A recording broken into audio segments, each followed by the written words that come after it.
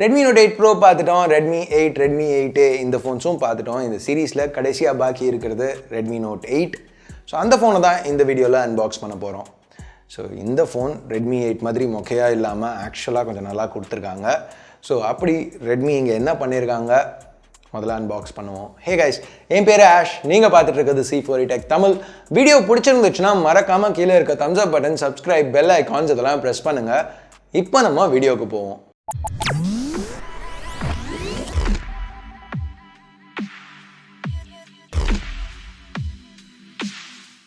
So இதுதான் Redmi Note 8 வர box. கொஞ்சம் நல்லா மினிமலாக கொடுத்துருக்காங்க. மேலே Redmi Note 8 பிராண்டிங் மட்டும்தான் இருக்குது.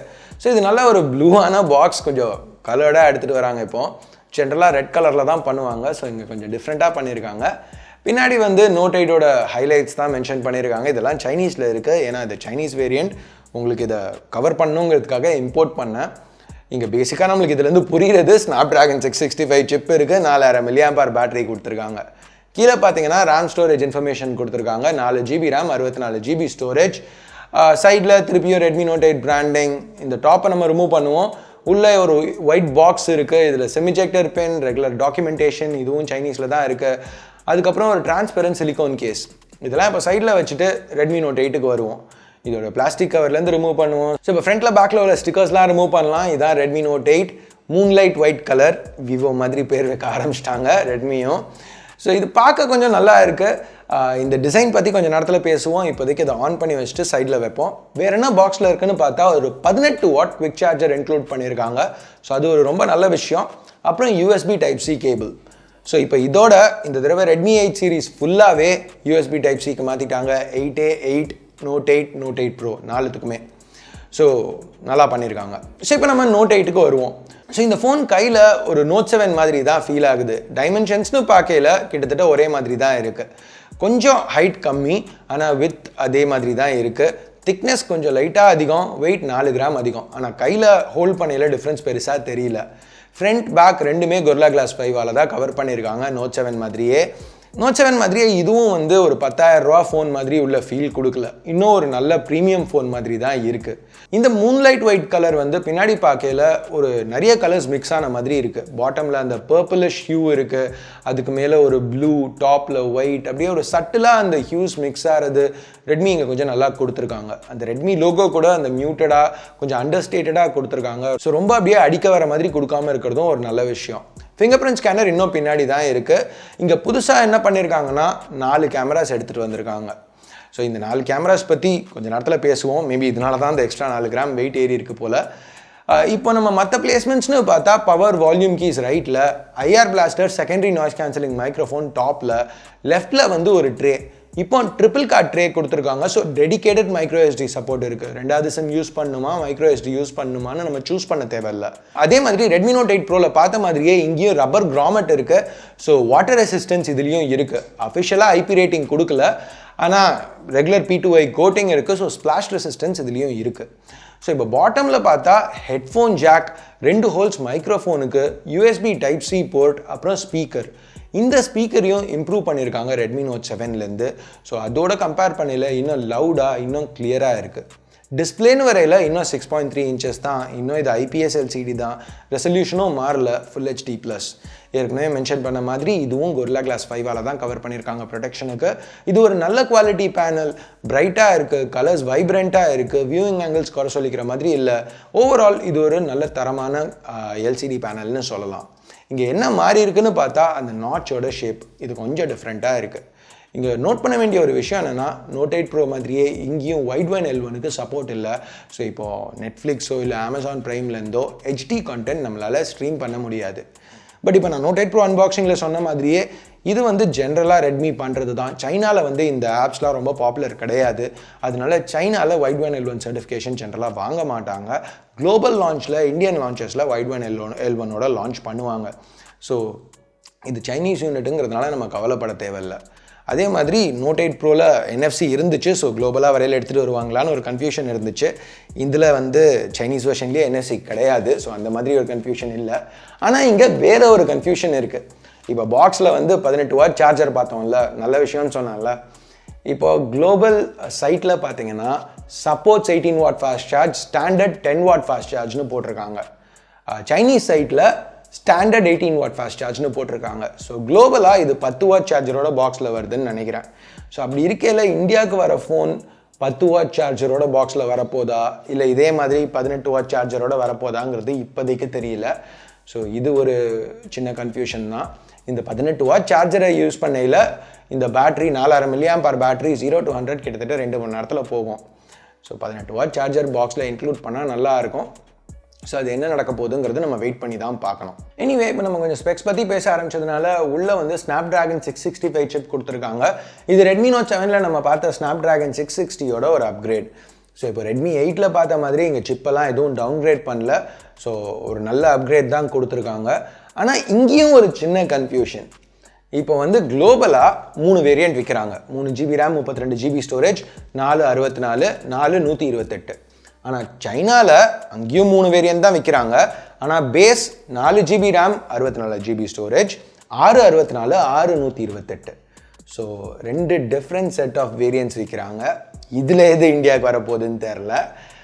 இப்போ இந்தியாவில் சைனாவோட அந்த வேரியன்ட்ஸ் எடுத்துகிட்டு வந்தால் நல்லாயிருக்கும். பட் எனிவே இந்த 665 வந்து ஒரு நல்ல சிப் தான். இது ஏற்கனவே நம்ம Mi A3 Realme 5ல் பார்த்துருக்கோம். பட் அங்கே வந்து இது HD+ டிஸ்பிளேயோட வந்துச்சு. இங்கே ஃபுல் HD+ங்கிறதுனால இன்னும் கொஞ்சம் புஷ் ஆகும். பட் ஏற்கனவே Snapdragon 660 வந்து ஃபுல் HD+ஓட Note 7ல் நல்லா ஸ்மூத்தாக தான் ஒர்க் ஆச்சு. ஸோ 665 அதோட அப்கிரேடட் வெர்ஷனுங்கிறதுனால கண்டிப்பாக நல்லா தான் ஒர்க் ஆகும். இங்கேயும் நான் இப்போ டெஸ்ட் பண்ணி பார்த்த வரைக்கும், நான் யூஸ் பண்ணிட்டு இருக்க வரைக்கும் MIUI 10 Android 9 Pie மேலே நல்லா ஸ்மூத்தாக தான் ஒர்க் ஆச்சு. MIUI 10 பற்றி நம்ம நிறையவே பார்த்துட்டோம். ஸோ அதை பற்றி நான் இங்கே இன் டீட்டெயில் பேச போகிறதில்ல. இங்கே நான் பெருசாக எந்த லேகும் ஃபேஸ் பண்ணல. யூசர் எக்ஸ்பீரியன்ஸ் சாலிடாக இருந்துச்சு. ஆப்ஸ் குவிக்காக ஓப்பன் ஆச்சு. நேவிகேஷன் ஜெஸ்டர் ஸ்மூத்தாக இருந்துச்சு. இங்கே அந்த ரிமோட் ஆப் கொடுத்துருக்காங்க. இந்த ஐஆர் பிளாஸ்டர் யூஸ் பண்ணி டிவியோ ஏசியோ நம்ம வேணும்னா கண்ட்ரோல் பண்ணிக்கலாம். FM ரேடியோ சப்போர்ட் இருக்குது, அதை வேணும்னா யூஸ் பண்ணலாம். பின்னாடி உள்ள ஃபிங்கர் பிரிண்ட் ஸ்கேனர் நல்லா ஃபாஸ்ட்டாக ஒர்க் ஆச்சு. ஃபிசிக்கல் ஸ்கேனர் தானே, ஸோ நல்லா ஃபாஸ்ட்டாக இருந்துச்சு. ஃபேஸ் அன்லாக் சப்போர்ட்டும் இருக்குது. இது ஃப்ரண்ட் கேமராவை யூஸ் பண்ணி நல்லா ஃபாஸ்ட்டாக ஒர்க் ஆகுது. ஸோ அந்த செல்ஃபி கேமரா பற்றி பேசையில் இது இன்னும் 13 மெகாபிக்சல் f2 கேமரா. போன தடவை Note 7ல் பார்த்த மாதிரியே டீசெண்டாக இருக்குது. கிறிஸ்பான ஷார்ட்ஸ் எடுக்குது. போர்ட்ரேட் மோடும் எதுவும் குறை சொல்லிக்கிற மாதிரி இல்லை. இங்கே கேமராஸ்னு பேசையில் மெயின் சேஞ்ச் பின்னாடி உள்ள கேமராஸ்க்கு தான். இங்கே 4 கேமராஸ் கொடுத்துருக்காங்க பின்னாடி. Primary camera 48 megapixel f1.79. இது என்ன சென்சர் அப்படிங்கிறத ரெட்மி சைட்டில் மென்ஷன் பண்ணல. பட் இது வந்து சாம்சங்கோட GM2 தான் சொல்கிறாங்க நம்ம கேள்விப்பட்ட வரைக்கும். ஸோ இது வந்து Redmi Note 7s பார்த்தோம்ல, அதில் உள்ள சென்சருக்கு அடுத்த வெர்ஷன். ஸோ டீட்டெயில்ஸ் நல்லா தான் இருந்துச்சு. கலர்ஸும் நல்லா பஞ்சியாக சேச்சுரேட்டடாக இருந்தது. இந்த ஷார்ட்ஸ் எல்லாமே AI சீன் டிடெக்ஷன் ஆனில் வச்சு எடுத்தது. இது டிஃபால்ட்டாக 12 மெகாபிக்சல் ஷார்ட்ஸ் எடுக்குது. இது உங்களுக்கு இன்னும் கொஞ்சம் பெட்டராக கம்பேரிட்டிவாக காமிக்கணுங்கிறதுக்காக இப்போ நம்ம Redmi Note 7sல எடுத்த பிக்சர்ஸோட சைட் பை சைட் பார்ப்போம். ஸோ இங்கே பார்க்கையில் மெயின் டிஃப்ரென்ஸ் என்ன? டைனாமிக் ரேஞ்ச் தான். இப்போ ஹைலைட்ஸ், அதாவது அந்த ஸ்கையில் உள்ள அந்த பிரைட்டான ஏரியாஸ் பார்த்தீங்கன்னா டீட்டெயில்ஸ் கிட்டத்தட்ட ஏறக்குறைய ஒரே மாதிரி தான் இருக்குது. ஆனால் அந்த ஷேடோஸில் பார்த்தீங்கன்னா இன்னும் அதிகமான டீட்டெயில்ஸ் Note 8ல் எடுத்த ஷார்ட்ஸில் தெரிய வருது. ஸோ ஜென்ரலாக ரெட்மி ஃபோன்ஸில் சைனீஸ் லான்ச் அப்போ தான் இருக்கிறதுலே மொக்கையாக கேமராஸ் பெர்ஃபார்ம் பண்ணணும். போக போக இம்ப்ரூவ் ஆகும். ஸோ இப்போ சைனீஸ் லான்ச்சில் ஸ்டார்டிங்லேயே கேமரா இந்த அளவுக்கு இம்ப்ரூவ்டாக இருக்குன்னா போக போக இதோட பெட்டர் ஆகும்னு எதிர்பார்க்கலாம். ஸோ இந்த கேமரா கண்டிப்பாக இந்த ஃபோனுக்கு ஒரு ஸ்ட்ராங் பாயிண்ட்டாக இருக்குது. மற்ற 3 சென்சர்ஸும் Redmi Note 8 Proவில் நம்ம பார்த்த அதே செட்டப் தான். செகண்ட் கேமரா ஒரு 8 மெகாபிக்சல் f2.2 ultrawide. இது நல்லா பெர்ஃபார்ம் பண்ணுது, நல்லா வைட் ஆங்கிள் ஷார்ட்ஸ் எடுக்குது. ஆனால் ப்ரைமரியோட கொஞ்சம் கலர்ஸ் வித்தியாசமாக இருக்குது. மேக்ரோ அந்த 2 மெகாபிக்சல் மேக்ரோவும் நான் Note 8 Pro வீடியோவில் சொன்ன மாதிரி கலர்ஸ் கொஞ்சம் வித்தியாசமாக தான் இருக்குது. பட் இது நம்ம எதிர்பார்த்தது தான். ஏன்னா மற்ற பிராண்ட்ஸ்லேயும் இந்த செக்மெண்ட்டில் வர ஃபோன்ஸில் இந்த கலர் வித்தியாசம் இருக்க தான் செய்யுது. கடைசி சென்சர் ஒரு 2 மெகாபிக்சல் டெப்த் சென்சர். இது வந்து ரெகுலரான போர்ட்ரேட் ஆப்ஷன்ஸ் நம்மளுக்கு கொடுக்குது. ரெட்மி வந்து டெடிகேட்டட் ப்ரோ மோட் இங்கே கொடுக்குறாங்க. ஸோ அது இந்த செக்மெண்ட்டில் எடுத்துகிட்டு வர்றது கண்டிப்பாக ஒரு பெரிய பாசிட்டிவ்னு சொல்லலாம்.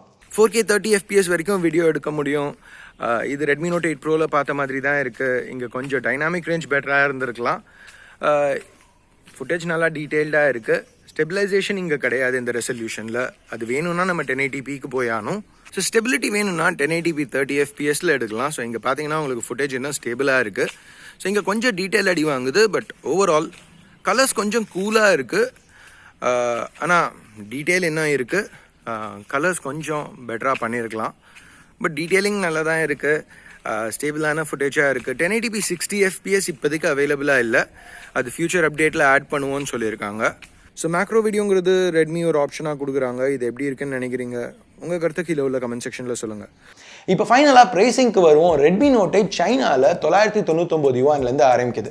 கன்வெர்ட் பண்ணால் கிட்டத்தட்ட 10,000 ரூபா. சைனாவில் இது 464 வேரியண்ட்டுக்கு, குளோபலாக பேஸ் வந்து நான் ஏற்கனவே சொன்ன மாதிரி 332. இப்போ இந்தியாவில் ரெட்மி நோட் 7 332 தான் ஆரம்பிச்சுது. ஸோ இங்கே ரெட்மி நோட் 8 332வே 10,000க்கு எடுத்துகிட்டு வந்தால் கூட இது ஒரு நல்ல ஆப்ஷனாக தான் இருக்கும். ஏன்னா இங்கே முக்கியமான விஷயங்கள் உள்ள சிப்பும் சரி, அந்த கேமராஸும் சரி, ரெண்டுத்தையுமே அப்கிரேட் பண்ணியிருக்காங்க. ஸோ ரெட்மி 8 மாதிரி இல்லாமல் இங்கே முக்கியமான விஷயத்தை அப்கிரேட் பண்ணியிருக்கிறதுனால 10,000க்கு 332 எடுத்துகிட்டு வந்தால் கூட ஒரு நல்ல டீல். பட் 464 எடுத்துகிட்டு வந்தாங்கன்னா ரெட்மி எப்போவுமே சொல்லிக்கிற மாதிரி ஆனஸ்ட் ப்ரைஸ் சொல்கிறாங்கல்ல, இது உண்மையிலேயே ஒரு ஆனஸ்ட் ப்ரைஸாக இருக்கும். ஸோ எடுத்துகிட்டு வந்தாங்கன்னா நல்லாயிருக்கும். நீங்கள் என்ன நினைக்கிறீங்க? என்ன கேட்டிங்கன்னா 464 10,000 ரூபாய்க்கு அந்த சைனாவில் விற்கிற மாதிரி அதே அந்த ஃபாஸ்ட் சார்ஜரோடு எடுத்துகிட்டு வந்தாங்கன்னா கரெக்டாக இருக்கும். சைனாவில் பண்ணுறதை இங்கேயும் பண்ணுறாங்கன்ட்டு. பட் இல்லை, 332 எடுத்துகிட்டு வந்தாலும் குறை சொல்லிக்கிற மாதிரி இல்லை, ரீசனபிளான ஆப்ஷன். உங்கள் கருத்து என்ன? கீழே உள்ள கமெண்ட் செக்ஷனில் சொல்லுங்கள். ஓவரால் இந்த ஃபோனை பற்றி என்ன நினைக்கிறீங்க? இந்த கேமரா அப்கிரேடை பற்றி என்ன நினைக்கிறீங்க? அதெல்லாம் கீழே சொல்லுங்கள். இந்த ஃபோனை பற்றி வேறு என்ன வீடியோஸ் பார்க்கணும்னு நினைக்கிறீங்க? அதையும் சொல்லுங்கள். நீங்கள் கேட்குறத பண்ண ட்ரை பண்ணுறேன். ஸோ அவ்வளோதான் இந்த வீடியோக்கு. பிடிச்சிருக்கு பிடிக்கல என்ன நினைக்கிறீங்களோ அதை பேஸ் பண்ணி கீழே உள்ள தம்ஸ் அப் தம்ஸ் டவுன் பட்டனை ப்ரெஸ் பண்ணுங்கள். சப்ஸ்கிரைப் பண்ணலன்னா சப்ஸ்கிரைப் பட்டன் ஏற்கனவே சப்ஸ்கிரைப் பண்ணியிருந்தீங்கன்னா பக்கத்தில் உள்ள பெல் ஐக்கான் இதெல்லாம் ப்ரெஸ் பண்ணுங்கள். அப்போ தான் நான் போடுற வீடியோஸை நீங்கள் மிஸ் பண்ணாமல் பார்க்க முடியும். ஸோ அடுத்த வீடியோவில் உங்களை திருப்பி சந்திக்கிற வரைக்கும் என் பேர் ஆஷ். நீங்கள் பார்த்துட்டு இருக்கிறது C4E Tech Tamil. Have a nice day. Bye.